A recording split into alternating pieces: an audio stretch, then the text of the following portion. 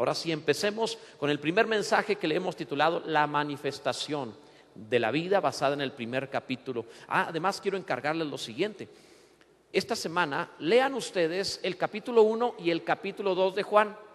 Por favor, léanlo y reléanlo 20 veces. No lo lean solo una vez, léelo todos los días, el 1 y el 2 de Juan. ¿Por qué? Porque de esa manera te vas a empapar. Algunos leen la Biblia de corrido así mucho y no retienen. Es demasiado. Jesús alimenta a la multitud partiendo el pan y dándole trozos, y ahí se alimentan las multitudes. Entonces toma este capítulo y empieza, por ejemplo, si dice: en el principio era el verbo y el verbo era con Dios y el verbo era Dios. Te detienes ahí y dices: Señor, ¿qué significa en el principio? ¿Qué me quieres decir cuando dices en el principio? ¿Significa esto antes del tiempo? ¿Significa esto antes de la creación de todas las cosas? Detente en cada frase. Y luego cuando diga: en el principio era el verbo, Señor, ¿qué es el verbo? ¿A qué te refieres con el verbo? Entonces no es una palabra, es una persona. Háblame de esta persona. No voy a volver a escuchar nunca la palabra de Dios igual, sino que voy a escuchar a Cristo cada vez que oiga la palabra, el verbo de Dios. Y sigues adelante. Así vas a leer el capítulo 1 y 2 de Juan.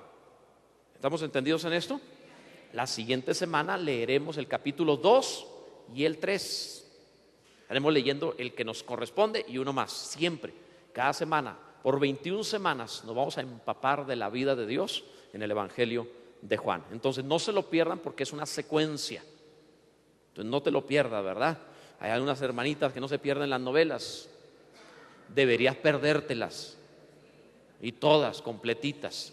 Pero no te pierdas el consejo de Dios. El abonado tiene propósito. Entonces hay algunos hermanitos que no se pierden el partido de fútbol. Deberías perderte alguno. Soy yo fuerte eso. Sí, me pegó ahí, hermana Elisa. Sí, la verdad que sí. Deberían perderse algunos, ¿verdad? Pero no te pierdas el consejo de la palabra del Señor. Por favor, estén atentos a toda la serie. 21 mensajes vamos a estar teniendo con la ayuda del Señor.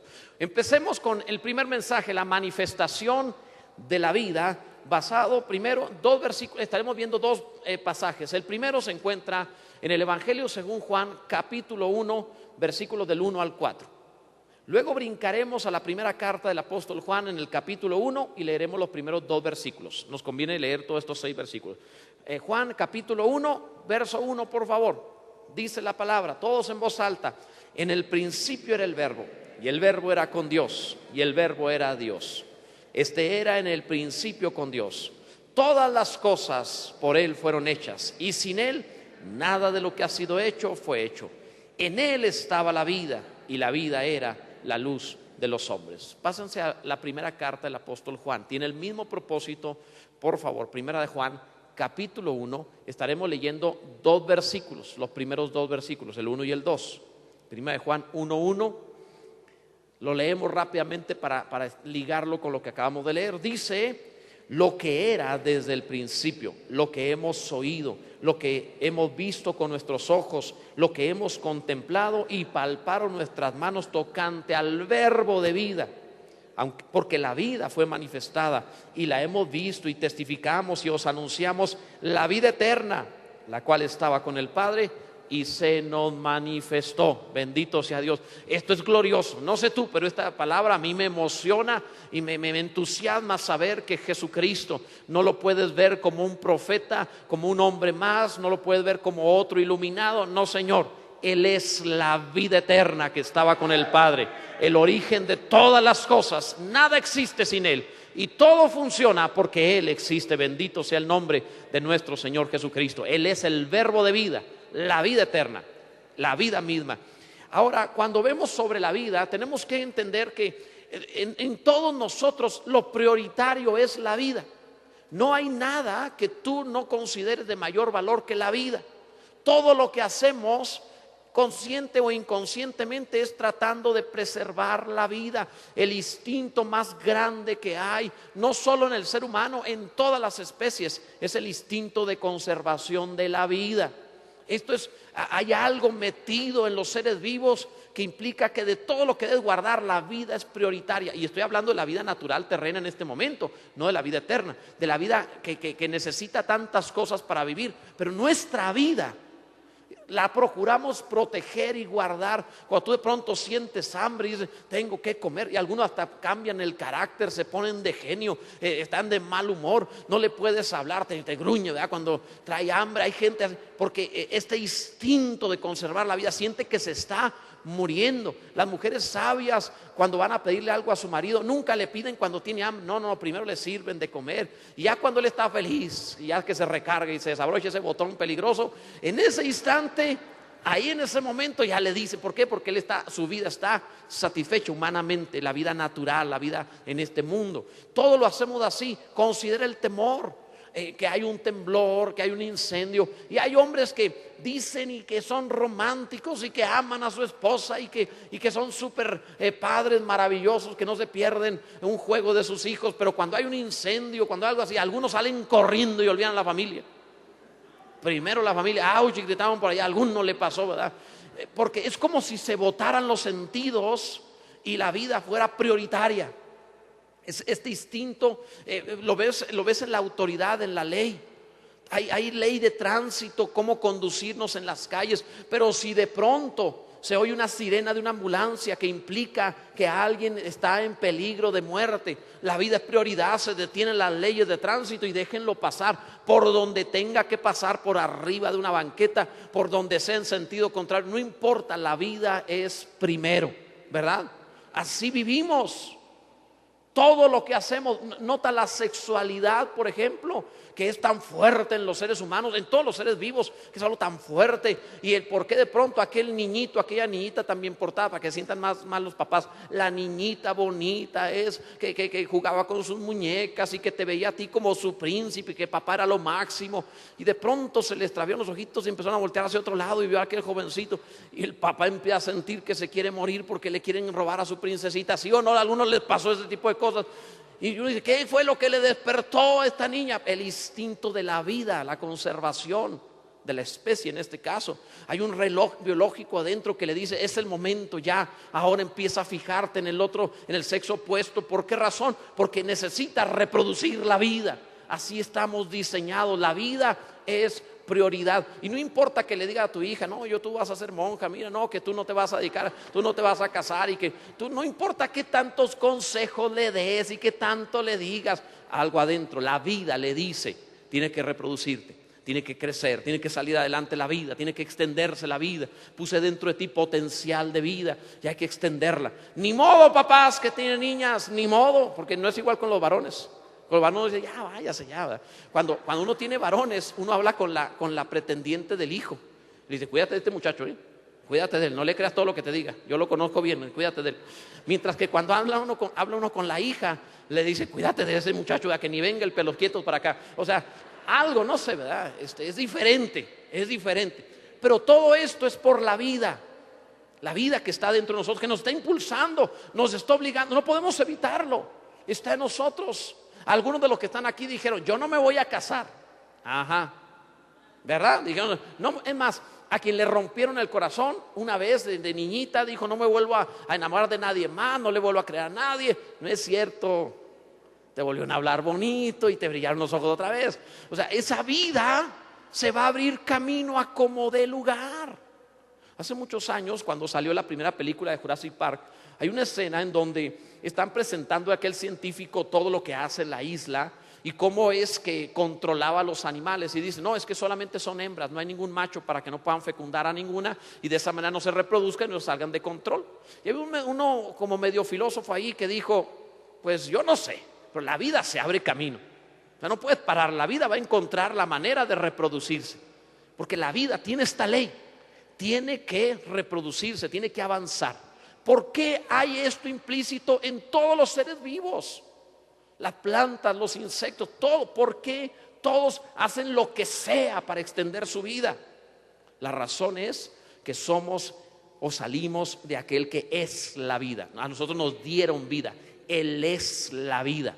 Y Él se está extendiendo. Y se ha extendido con toda clase de formas. En forma de querubines, de serafines, de arcángeles, de ángeles, pero también en formas como seres de carne y de planta y todo. No significa que sean Dios, no somos Dios, pero nos fue dada vida de aquel que es la vida. nos permitió vivir, nos dio vida, aquel que es la vida. Una vida natural que necesita muchas cosas para preservarse. Necesitamos comer y constantemente. Necesitamos cuidar este cuerpo, cuidar esta vida, porque es muy frágil, se acaba rápido también. Por eso trata de reproducirse. Juan, cuando escribe el Evangelio, lo escribe a la iglesia con el propósito de enseñarnos esta vida, la que produjo todas las vidas menores, las vidas que se acaban. Pero esta vida que no fue creada por nadie, la vida eterna, la vida que no necesita nadie para preservarse, que existió desde siempre y existirá para siempre. Esta vida, la genuina, la eterna, la verdadera, se nos manifestó, vino a nosotros, y vino a nosotros en una forma comprensible. Vino en la persona de Jesucristo, el Hijo de Dios, y se presentó ante nosotros. Esta vida se extiende como el Hijo de Dios, y para poder llevarnos a Dios se transformó en Hijo del Hombre. La vida, el Hijo de Dios se hizo Hijo de Dios bueno, ya siempre lo fue, se hizo Hijo del Hombre para que nosotros pudiéramos ser redimidos y llevarnos al Padre. De esto trata el primer capítulo del Evangelio de Juan. Vamos a verlo, fíjate bien. La primera parte, el primer punto, la vida se manifestó como luz, la vida preexistente, la vida eterna, es la luz de Dios. Tanto en el Evangelio, como leímos, como en la primera carta de Juan, como también ya lo leímos, Juan comienza diciendo: el verbo de vida se nos manifestó, el verbo de vida vino a nosotros. Entonces no se trata de algo, es alguien. Nosotros no creemos en la nueva era, ni en energías, ni en abrazar a árboles, ni cosas por el estilo. No. Nosotros no creemos nada de eso. Nosotros creemos que la vida no es algo, es alguien. Jesucristo, el Hijo de Dios, es la vida eterna que estaba con el Padre y se manifestó a nosotros. Esta vida vino a nosotros, y Pablo dice: lo tocamos, lo palpamos, lo vimos, comimos con Él. La vida eterna se nos manifestó. Y debes entenderlo de esa manera. Él es la vida eterna. Entonces, no recibes algo, recibes a alguien. Dios entra en ti. No es la vida natural, no es la vida nuestra, no es la vida que se sostiene vivo en tu cuerpo, no es la vida de las plantas, no es la vida de los ángeles. Él le dio vida a todo, pero esta vida trasciende todo lo demás. Jesucristo, la vida eterna, bendito sea Dios. Entonces, no lo confundas con otra cosa, con una energía. Tampoco lo confundas con un sonido articulado cuando dice que es el verbo. No lo confundas con una palabra articulada por cuerdas bucales. No te confundas en ello. Es tan personal que puede nacer en un pesebre de una jovencita. Es tan personal que tiene su historia entre nosotros. Pero además de que es personal, es tan poderoso que todo existe por Él. Jesucristo no es uno más en la lista de profetas. Jesucristo no es uno más en la lista de los religiosos de la humanidad. Él es el origen de todas las cosas que han sido creadas. Nada existe sin Él. Él es el Dios que creó todas las cosas. La Biblia lo dice claramente. En Romanos 9 dice la palabra que Cristo, el cual es Dios bendito por los siglos, dice la palabra del Señor. Primera Timoteo 3:16 dice que Dios fue manifestado en carne. Dios se manifestó en carne. La palabra es clara al presentarlo. Dice Primera de Juan 5:20 que Jesucristo es el verdadero Dios y la vida eterna.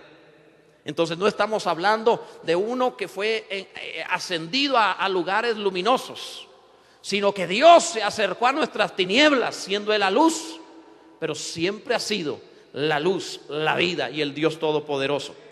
No confundas esto pensando que Cristo llegó a un nivel. No, descendió de lo que Él era para venir a nosotros, a fin de llevarnos a donde Él está. Bendito sea el nombre del Señor. Sí, quiero ser enfático en esto, es muy importante. Sin este verbo de vida no existimos, o mejor dicho, solo existimos, pero no vivimos de verdad. Como esas películas de zombies que están además de moda, o sea, donde te encuentras que se mueve y quiere devorar, pero no está vivo, está muerto. ¿Sí han visto las películas de zombies? A ver, varones, ustedes sí, ¿verdad? Ustedes no andan con delicadeza, uy, qué miedo, uy, qué feo eso. No, nosotros no tenemos ese problema. Es más, cuando le estás sacando las tripas, te asomas adelante a ver cómo, a ver, ¿verdad? O sea, entonces tenemos el lío. En fin, entonces, pero la vida en ellos no existe, están muertos. El mundo entero es visto en la palabra como seres que existen y se mueven y comen y continúan moviéndose, pero que no están vivos, porque no tienen la vida verdadera. Tienen existencia terrenal, pero no la vida eterna que es Cristo Jesús. Quiero que comprendas esto, que no te equivoques al pensar que se trata de, no, todos están vivos. No, el diablo no vive, solo existe, pero no está vivo. El que tiene al Hijo tiene la vida. El que no tiene al Hijo de Dios no tiene la vida. Eso dice la palabra de Dios, la vida verdadera, la vida eterna. Así enseña la Escritura. Entonces, nosotros no vamos a andar como zombies, nada más buscando cerebros que devorar. Nosotros lo que somos es hijos de Dios porque recibieron la naturaleza, la vida de Dios, que te hicieron vivir un momento en tu historia. No sé qué sucedería, pero hubo un momento en el cual tú despertaste y dijiste: gloria a Dios, ahora he entendido lo que significa la vida cristiana. Yo pensé que era otra religión, yo pensé que era asistir a algún lugar, yo pensé que se trataba de dogmas, credos y reglas. Ahora entiendo, esto se trata de recibir a aquel que me creó como la vida verdadera, para vivir no solo por 80, 90 años, sino eternamente en su presencia. Bendito sea Dios. Entonces se entiende el cristianismo desde aquí y por la eternidad. Por esa razón, quien no capta esto trata de tener paz y no la va a tener, porque si pierde algo que le priva de esa que él piensa que debido a eso no tiene paz, digamos que perdió el trabajo, perdió el novio, la novia, el esposo, etcétera, entonces piensa que por eso ya no va a tener paz. Eso no es lo que te da paz. Cristo te da paz, el Señor te da paz. Sin Él no hay paz. Yo creo que entendemos esto, ¿verdad? Sí captamos esto que estamos diciendo. Es importantísimo. En Él hay paz. Cuando tienes su amor, cuando tienes su paz, cuando tienes su vida, nada te priva de la vida verdadera. Y puedes estar en medio de la guerra y tienes paz.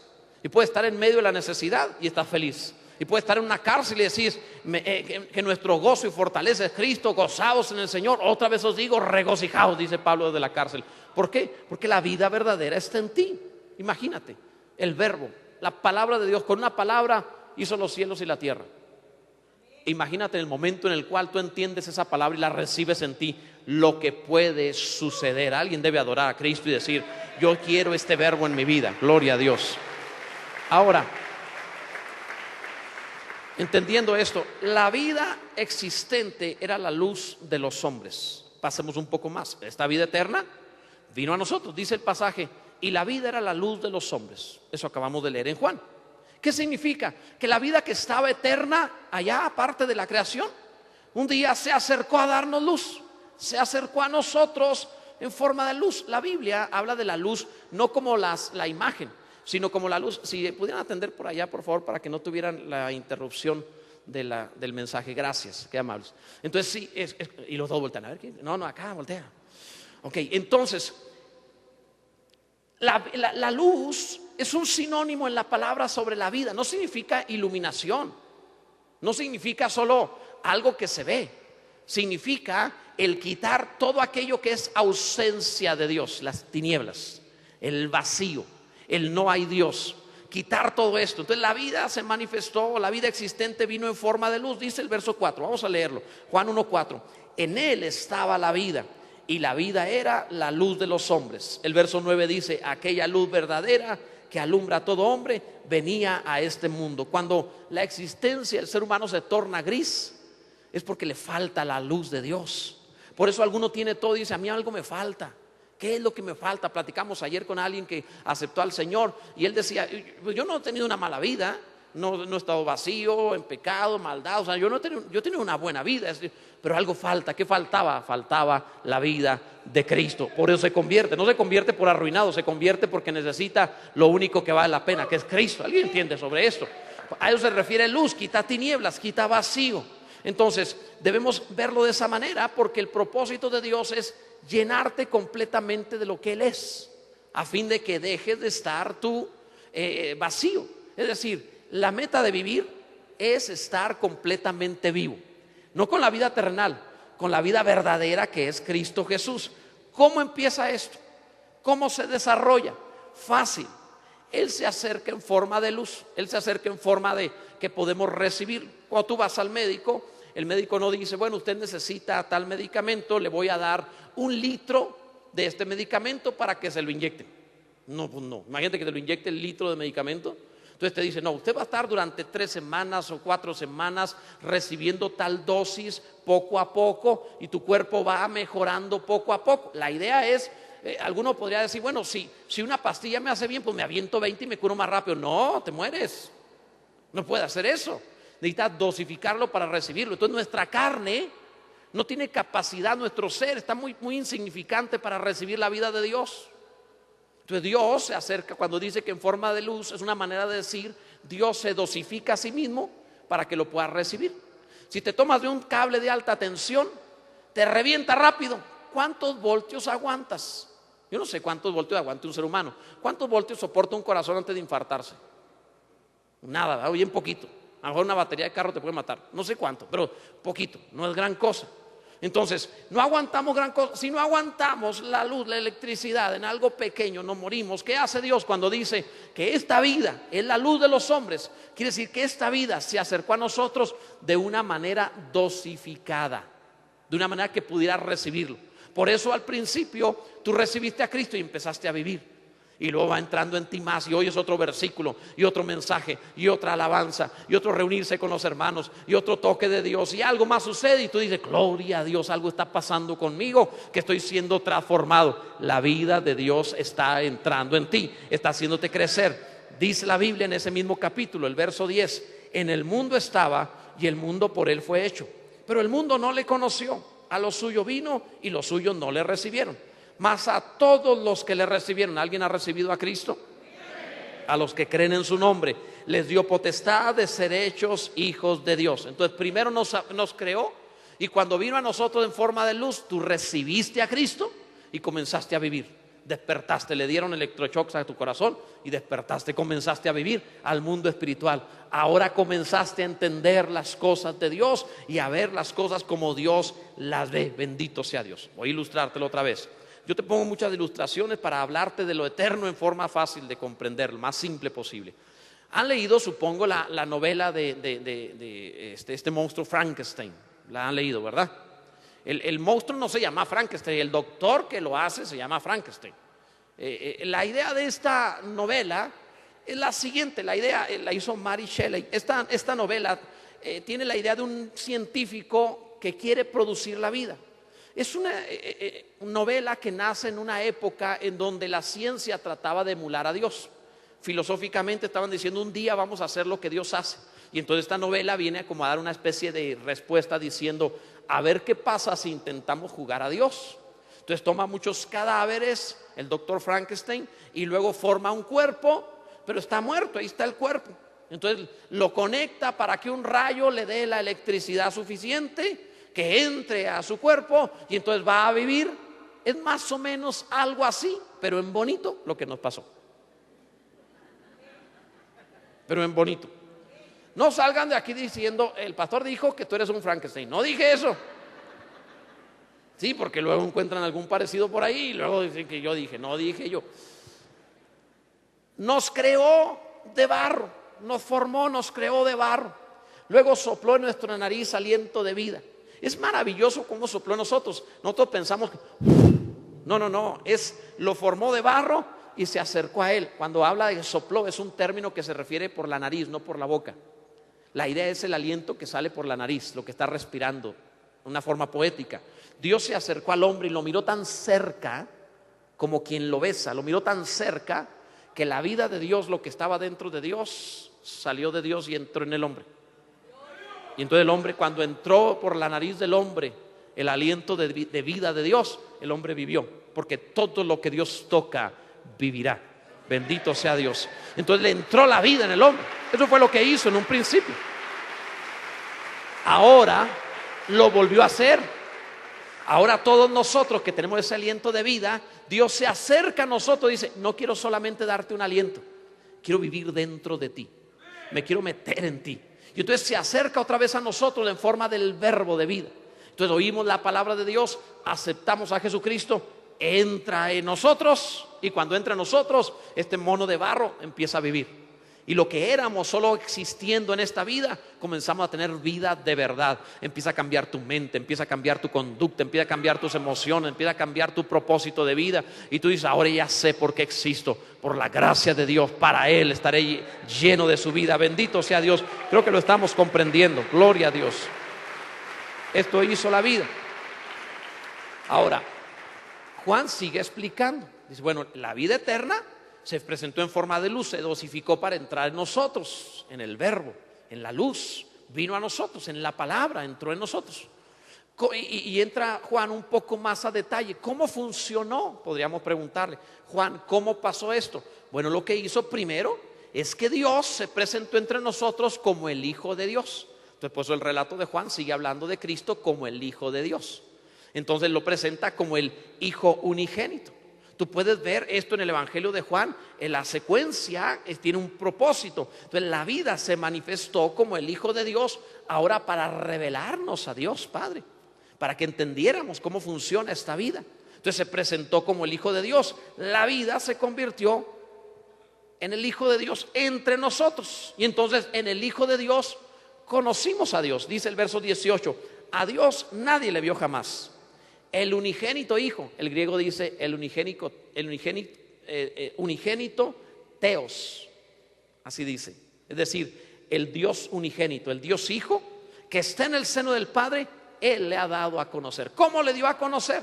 El verso 14 dice, vimos su gloria, gloria como el unigénito del Padre, lleno de gracia y de verdad. ¿Qué significa esto? Que cuando Cristo se presentó y anduvo entre nosotros desde que nació de María Virgen, en el momento que nace, este niño no era como cualquiera de los niños. Este niño era el Hijo de Dios. Y entonces cuando llega entre nosotros, imagínate, empezaron a ver a este niño desde bebito, siempre con buenos sentimientos, siempre con buenas intenciones, siempre reparando, construyendo, haciendo el bien. No, nunca hizo una travesura. No le jaló las trenzas a otra niña, a una niña en la escuela. Jamás contó una mentira. No se robó el pastelito que hizo su mamá. Nunca hizo nada de eso. Jamás hubo engaño en él, ni pecado. Entonces en Jesús, el Hijo de Dios, comenzaron a conocer a Dios, o comenzamos a conocer a Dios. Entonces lo vimos y dijimos, ¿cómo es Dios? Y al ver a Jesús, como Felipe le preguntaron un día, muéstranos al Padre y nos basta. Y Jesús le dice, el que me ha visto a mí ha visto al Padre. Porque al ver a Jesús veían al Padre. ¿Cómo es? Es amoroso, es tierno, es bueno, es perfecto, todo lo hace bien, siempre está reparando, construyendo. O sea, la casa de José y de María era la casa mejor arreglada de todas. Ahí no encuentras algo roto, un techo dañado, no te encuentras un problema ahí. No, siempre vas a encontrar que el creador de todo estaba entre ellos como el Hijo de Dios presentando al Padre. Entonces vimos su gloria. Todo el que lo conocía decía, wow, qué glorioso, qué muchacho tan tremendo. Es como el Padre. Vamos a explicarlo. Suponte que tú eres detective y quieres conocer a una persona, es decir, te encargan el caso de alguien, pero no sabes quién es esa persona, tienes solo su nombre y tienes que investigar quién es. Entonces un día descubres dónde vive y te metes a su casa y empiezas en la casa a conocer aspectos de esa persona.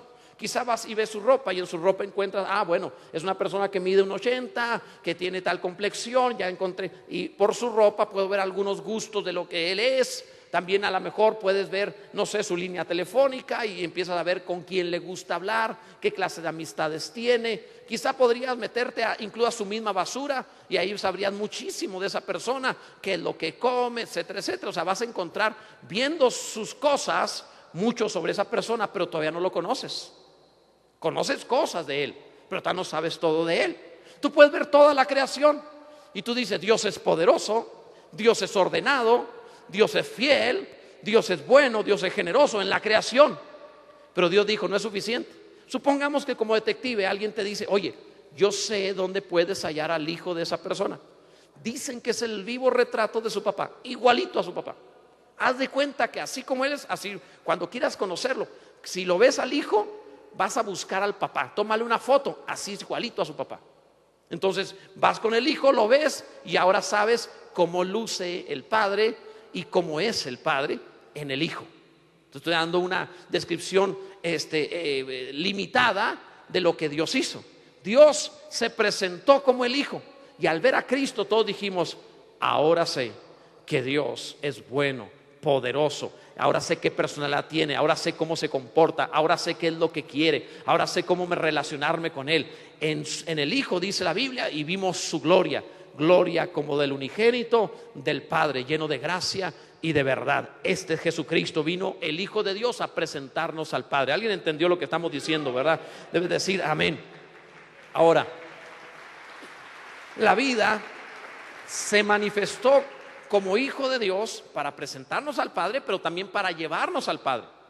Fíjate bien, una vez que conocimos al Padre en la manifestación del Hijo, el Hijo comienza a hablarnos sobre el Padre, a enseñarnos cómo es el Padre para llevarnos al Padre. Dice, por ejemplo, en el primer capítulo, el verso 33, dice Juan el Bautista: yo no le conocía. Juan el Bautista no es el apóstol Juan que escribe, este es diferente. Juan el Bautista era primo de Jesús, y yo no le conocía, pero el que me envió a bautizar con agua, aquel me dijo: sobre quien veas descender, o sea, Dios me había dicho, sobre quien veas descender el Espíritu y que permanece sobre él, ese es el que bautiza con el Espíritu Santo, o sea, es el que nos trae a Dios. Pon atención a esto. Y yo le vi y he dado testimonio de que este es el Hijo de Dios. Escucha esto. Desde el principio Dios nos creó para habitar en nosotros, pero al ser carne tiene que venir en forma de luz para entrar poco a poco, dosificadamente en nosotros, porque no resistimos. No podemos tenerle por completo. Alguno dice: lléname de todo lo que tú eres. Te revientas. No podría jamás. Pues es Dios. Los cielos de los cielos no lo pueden contener. Es Dios. La creación no puede contenerle. Sin embargo, Él quería habitar en nosotros en la forma hasta donde nosotros pudiéramos contenerle. Entonces se acercó a nosotros. Y cuando vino a nosotros, antes de venir en Cristo, estuvo viniendo en la forma del Espíritu Santo en todo el Antiguo Testamento. Vino sobre Abraham, vino sobre Isaac, sobre Jacob, vino sobre José, vino más tarde sobre Moisés, vino sobre Josué. Después vino sobre los jueces en tiempo de jueces. Más adelante vino sobre Samuel. Pero había un problema, estuvo yendo y viniendo, y había un verdadero problema. Venía sobre la persona y entraba en la persona y no podía permanecer allí, se tenía que ir. Haz de cuenta que llegas a un sitio que está nauseabundo. ¿Has entrado a algún lugar que no soporta su olor y te tienes que ir? Algunas veces te habrá pasado algo así. Entonces estás en un sitio y te tienes que ir de ahí, no soportas estar allí. Así le pasa a aquellos que todavía no tienen a Cristo y no quieren a Cristo, no aguantan la palabra, salen corriendo. Pero también le pasa a los creyentes cuando están en cosas del mundo, no aguantan y salimos corriendo de allí, ¿verdad? Pero entonces simplemente no aguanta. Entonces Dios vino a nosotros y entró, por ejemplo, Samuel, maravilloso hombre de Dios. Pero Dios entraba en Samuel y tenía que irse si huele a pecado. Pero es Samuel, no importa si peca. Entonces Dios se retiraba. Entonces venía sobre él y se volvía a ir. No podía permanecer. Algunos dicen: Dios, lléname, y huelen rarito. Entonces para permanecer ahí está complicado. Y Dios es muy sensible. Por eso lo ve como una paloma, sensible. No soporta estar en algo que es contrario a su naturaleza. Entonces venía sobre ellos, hacía lo que tenía que hacer y se iba rápido. Vino sobre David. David profetizaba, cantaba, componía salmos, glorioso. De pronto ve a la vecina y mata al vecino. O sea, entonces, no, pues Dios no puede estar ahí. Entonces venía y se iba. Decía: no, este no, canta bonito pero mata peor. Entonces no podía quedarse y se retiraba. Entonces estuvo yendo y viniendo, y llegaba uno y se volvía a ir. Pero Juan dice: el que me envió me dijo: sobre quien veas descender el Espíritu Santo y que permanece sobre él, que no se va, que se queda allí, este es el Hijo de Dios. Este es el que he estado diciendo. Esta es la persona donde puedo permanecer. Esto es bien importante, bien importante. No podía habitarnos, por eso envía al Hijo. Por eso incluso la Biblia dice: habitó entre nosotros, puso su tabernáculo, dice el original. Fue la habitación de Dios mientras estuvo entre nosotros. Descendió sobre él. Es semejante a lo que pasó en tiempo de Noé. Un día te predicaba sobre eso. Noé, cuando quería saber si las aguas del diluvio habían descendido, sacó una paloma y la soltó. Primero sacó un cuervo y lo soltó. El cuervo no regresa, no tiene una naturaleza contraria. Pero luego sacó una paloma. La paloma se fue y regresaba, se iba y regresaba. Un día regresó y traía una hojita de olivo en el pico. Entonces Noé supo: las aguas han descendido y hay un árbol encima de las aguas que sobresalió. Envió a la paloma y la paloma ya no regresó. Es lo mismo que es el evangelio. Dios estuvo yendo y viniendo y no podía permanecer nadie, porque todos hemos pecado y estamos bajo las aguas de muerte. No había vida verdadera en ninguno de nosotros. Todos muertos, aún los patriarcas, aún los profetas, todos en muerte. Hasta que vino uno que caminaba sobre las aguas, que resucitó de entre los muertos, que podía vencer la muerte, que no pecó en nada, que sobresalió de las aguas de la muerte y prevaleció sobre todos los que habían muerto. Ahí descendió el Espíritu Santo, y cuando descendió sobre él, la Biblia dice: oye, esto es algo glorioso. Tomó a la hojita de olivo, fue a los cielos, es decir, tomó al Hijo de Dios, lo llevó a la presencia del Padre. La paloma regresó y no volvió a los cielos. ¿Por qué razón? Porque ahora encontró a muchos más que el Hijo había limpiado, para que Dios pudiera morar en nosotros, para que Dios pudiera permanecer en nosotros. La paloma no regresó más a los cielos, se ha quedado en la iglesia, se ha quedado en nosotros. Así que Juan sabe lo que está diciendo. Por fin había vida, la vida se había transmitido. Esto es la vida de Dios. Cuando tú oyes la palabra, la escritura dice que eres fecundado con la vida de Dios. La vida había entrado a nosotros. Entonces primero nos trajo al Padre, que viéramos cómo era, pero luego nos lleva al Padre, nos reconcilia con Él, nos salva. Gloria a Dios. Cuando era niño, un día mi padre me llevó a un desfile. Creo, si no me equivoco, que incluso ni siquiera era aquí en Chihuahua. Me parece que el desfile era en una cierta zona de Jalisco. Creo que era un pueblo llamado La Barca, en Jalisco. Y recuerdo, mi padre era de aquella zona, y había un desfile. Y en este desfile yo trataba de ver y me ponía de puntita, pero yo estaba muy pequeño. No digas más, por favor. Pero estaba muy pequeño, y entonces me asomaba tratando de mirar a ver qué es lo que, y no podía, y entre las piernas de la gente, y no podía. Entonces mi padre me vio, me tomó y me puso sobre los hombros para que pudiera ver. Él era alto, increíblemente, él era alto. No sé por qué no me lo heredó, pero él era más alto. Él era el chaparro de su familia y medía más de 1,80. Interesante, ¿verdad? Y era el chaparrito de su familia. Pero es que mi mamá estaba así, entonces pues ahí salí en medio. Ok, es otra historia que no tiene nada que ver. Pero cuando mi padre me pone sobre sus hombros, yo pude ver lo que me era desconocido. Pude contemplar el desfile y disfrutar todo el desfile. Yo no tenía capacidad alguna de lograr esto. Tú y yo no teníamos capacidad alguna para conocer la vida verdadera, los cielos y cómo es Dios. Así que Él se acercó a nosotros, nos tomó y nos puso sobre lo que Él es, para que pudiéramos mirar la vida verdadera, la vida aquí y por la eternidad, lo que vale la pena. Bendito sea el nombre del Señor. ¿Alguno está comprendiendo lo que estamos diciendo? El Hijo nos ha llevado al Padre. Ahora, esta vida se acercó dosificada en forma de luz. Se acercó como Hijo de Dios para mostrarnos cómo es el Padre y para llevarnos al Padre. Pero también la vida se manifestó como Hijo del Hombre. El propósito de manifestarse como Hijo del Hombre, primero era redimir al hombre. O sea, ya te explicamos que nos lleva a Dios, pero luego Juan sigue adelante y dice: ahora les voy a explicar cómo nos lleva a Dios. Y entonces sigue escribiendo: ¿cómo nos llevó a Dios? Esta es la forma como habría de llevarnos. Leemos ahí en la palabra, fíjate bien, en el capítulo 1, el verso 35. El siguiente día, otra vez estaba Juan y 2 de sus discípulos, y mirando a Jesús. Qué hermosa frase, que andaba por allí.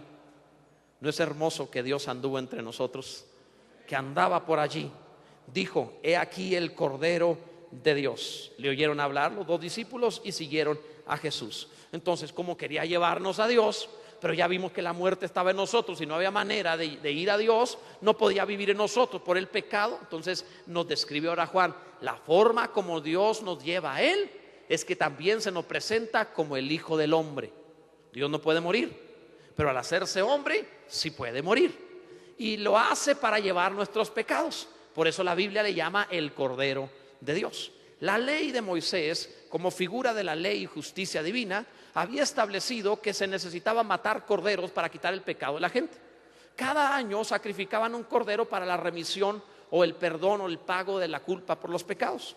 Y entonces ellos llegaban cada año, presentaban, ponían las manos sobre el animalito y confesaban sus pecados. Imagínate nada más, ahí tienes la filota miles de personas diciendo, hice esto y esto y esto y esto y esto, y lo demás no me acuerdo, pero fueron muchas cosas.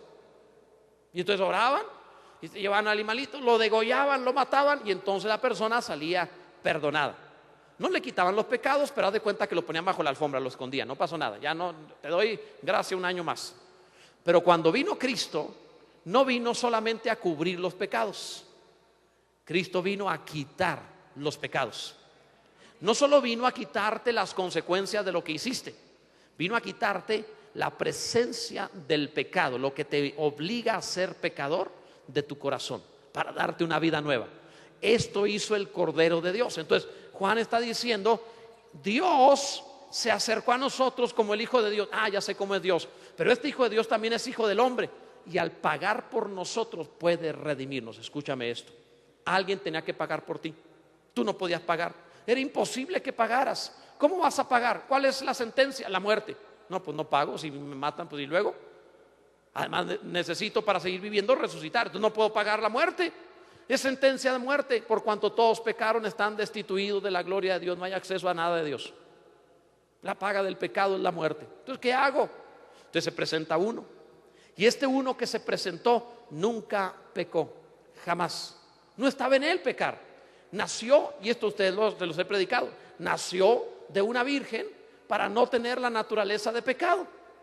Porque interesantemente los hombres somos los que transmitimos la naturaleza de pecado, no las mujeres. O sea, las mujeres conciben, los hombres engendramos. Ya sabían las hermanas que lo malo venía de nosotros. Sí, es verdad. Entonces, al nacer de ella y de Dios, viene en carne, pero sin naturaleza de maldad, sin pecado. Satanás lo vio y dijo, ahora puedo desquitarme y tener el control de todo esto. Como el primer Adán, se lanzó contra él, lo llevó a una cruz, moviendo a todos, creyendo que estaba matando a Dios, pero estaba matando al Cordero de Dios. Cuando lo mató, la ley de Dios dice, Satanás, has matado a un inocente, lo llevaste a la cruz y él no había pecado, así que ahora este inocente ha pagado por todos los que sí habían pecado. Ahora el que cree en Cristo Jesús y lo recibe tiene vida eterna. Bendito sea Dios. Alguien debe adorar a Cristo y darle gloria con todo su corazón.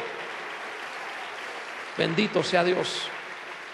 Entonces, cuando lo conoces como el Cordero de Dios, comienza todo esto.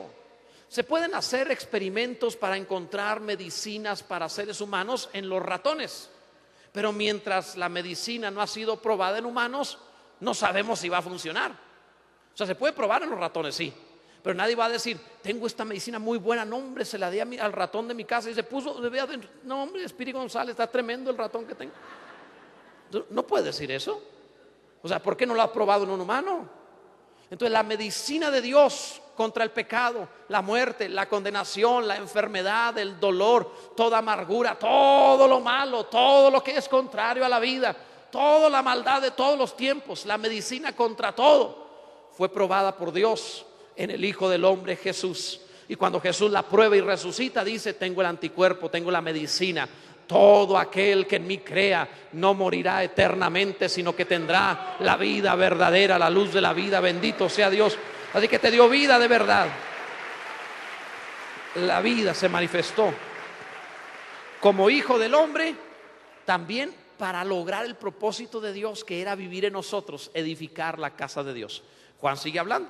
Juan te dice, la vida se acercó a nosotros, se dosificó en forma de luz. Pero no solo así, se presentó como el Hijo de Dios y conocimos a Dios. Y para llevarnos a Dios se presentó como el Hijo del Hombre, que murió por nosotros, tomó nuestros pecados, todo esto que Él realizó. Pero no queda entonces ahí, sino que nos lleva un pasito más allá.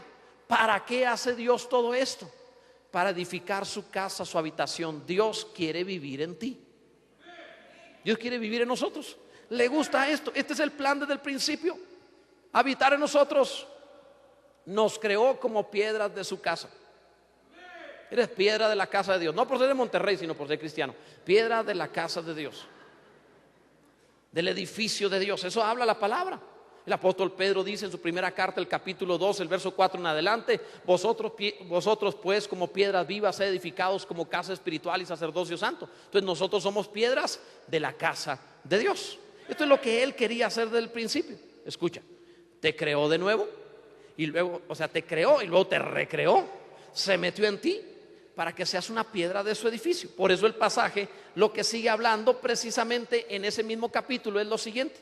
Dice Juan, después de presentarlo como el Cordero de Dios, sígueme en esto, es bien interesante. Dice Juan, que entonces dos de los discípulos siguieron a Jesús. Cuando conoces al Cordero, sigues a Cristo. Siguieron a Jesús.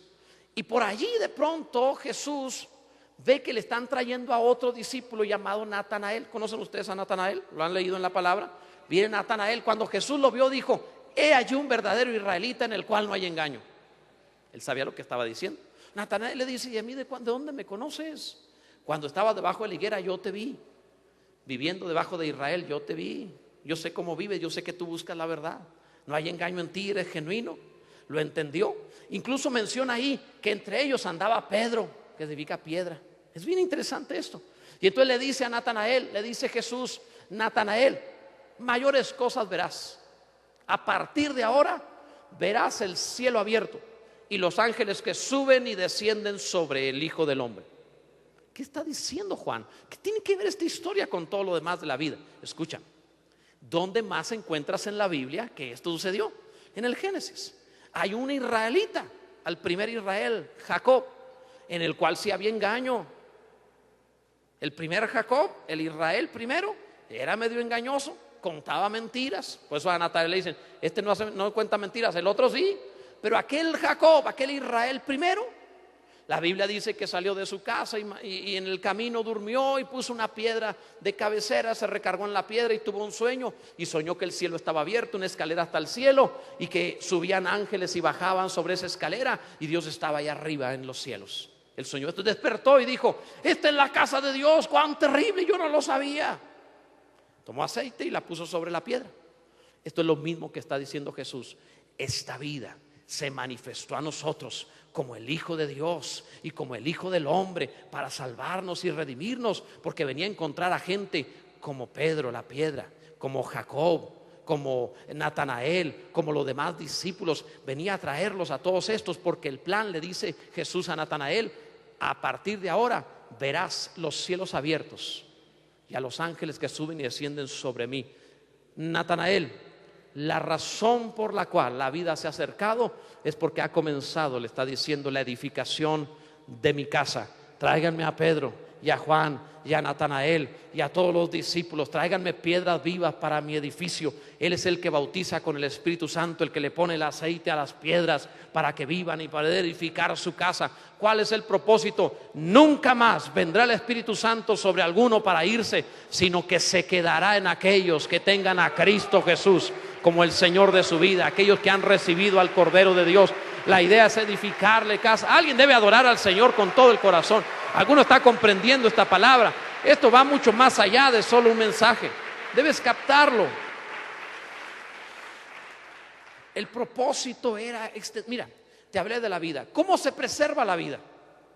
En la naturaleza, los animales, para proteger su vida, tienen nidos, guaridas, tienen donde meterse. Incluso un día Jesús dijo: las zorras tienen guarida, las aves del cielo tienen nidos, y el Hijo del Hombre no tiene donde recostar su cabeza. Él está diciendo: todos, para proteger su vida, forman casitas, lugares donde morar. Pues mi vida, la vida del cielo, quiero extenderla fabricándome una casa. Esta casa no es cualquier casa. Mi casa está hecha de aquellos que habrán de tener esta misma clase de vida. Y entonces, esto es interesante. Fíjate cómo los animales hacen esto para protegerse, para preservar la vida. Dios extenderá su vida si te encuentra a ti dispuesto a ser receptor, no de la vida terrenal, de la vida del cielo, la vida verdadera, la vida de Dios, la vida santa, la vida que transforma, la vida que... No estamos llamados a ser un grupito de personas religiosas en un lugar. Estamos llamados a ser la luz del mundo, la sal de la tierra. ¿Por qué razón? Porque está extendiendo la vida hacia todos. Alguien debe adorar al Señor. Quizá alguien se está comprendiendo lo que estamos diciendo: extender la vida verdadera. Por eso habla de la casa. Esta vida está fabricándose una casa. Es imposible estar en la vida sin ser parte de la casa. Es parte del propósito, ese es el plan divino, es lo que Él está haciendo. Recapitulemos. La vida se manifestó para darnos vida. Se manifestó como el Hijo de Dios para mostrarnos al Padre, mostrarnos a Dios y llevarnos a Él. Para llevarnos para Él fue necesario que viniera como Hijo del Hombre y muriera por nosotros y resucitara. Pero además de esto hizo posible que al resucitar volviese espiritualmente por el Espíritu Santo a nosotros para que seamos la casa de Dios. De esto trata el primer capítulo de Juan. Es todo el plan de todos los tiempos en un solo capítulo, diciéndote que Dios desea morar en nosotros y lo ha hecho todo para eso. ¿Querrás que Dios more en ti? Te lo pondré como una ilustración. Supongamos que alguien inventara, no sé, un virus, algo, una especie de vida sintética o natural, que inyectándose en tu cuerpo hubiera la absoluta confianza y seguridad de que nunca más volverías a enfermarte, que nunca más te volvería a dar dolor, que nunca más te envejecerías, que nunca más engordarías, que nunca más tendrías daño en ti y que vivirías para siempre. ¿Te lo pondrías? ¿Verdad que sí? Eso es recibir a Cristo. La vida verdadera entra en ti. Y no importa que este cuerpo se deshaga y un día lo sepultaran o lo hagan cenizas, el que cree en Él vivirá eternamente y aún su cuerpo resucitará. Bendito sea el nombre del Señor. Somos la casa de Dios y no la dejará desmoronarse. Gloria a Dios. Póngate en pie, por favor, adorando al Señor con todo tu corazón.